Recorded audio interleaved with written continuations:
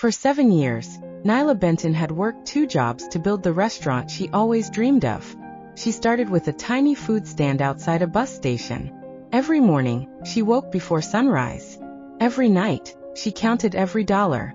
Eventually, her little food stand became a successful restaurant called Benton's Kitchen. But Nyla didn't build it alone. Her childhood friend, Saad Monroe, helped her manage the business. At least, that's what Nyla thought. One Monday morning, Nyla arrived at the restaurant and found a new manager standing at the entrance. The woman looked at her and said, "I'm sorry, but you're not allowed inside." Nyla laughed. "What?" The woman handed her an envelope. Inside was a termination letter. Nyla had been fired from her own restaurant. She immediately called Saad. No answer. She called again. Nothing. Then Nyla discovered something even worse. Her business partner had secretly changed the company's ownership documents.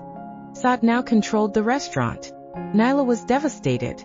She had trusted the one person who knew how hard she had worked.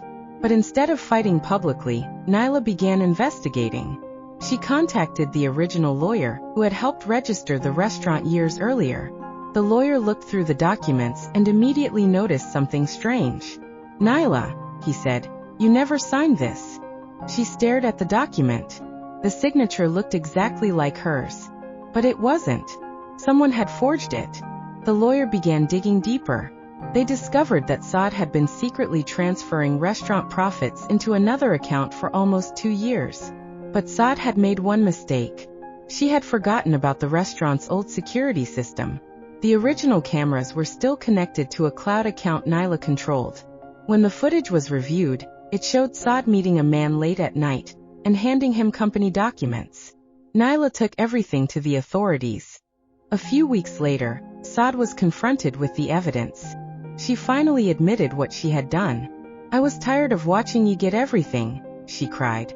Nyla looked at her quietly. "Everything?" She pointed toward the restaurant. "I built this from nothing. You were standing beside me." Saad lowered her head. The restaurant was eventually returned to Nyla. But Nyla didn't forget what happened. She changed the company's structure, separated personal friendship from business, and created strict financial controls. Months later, she stood inside the restaurant during the grand reopening.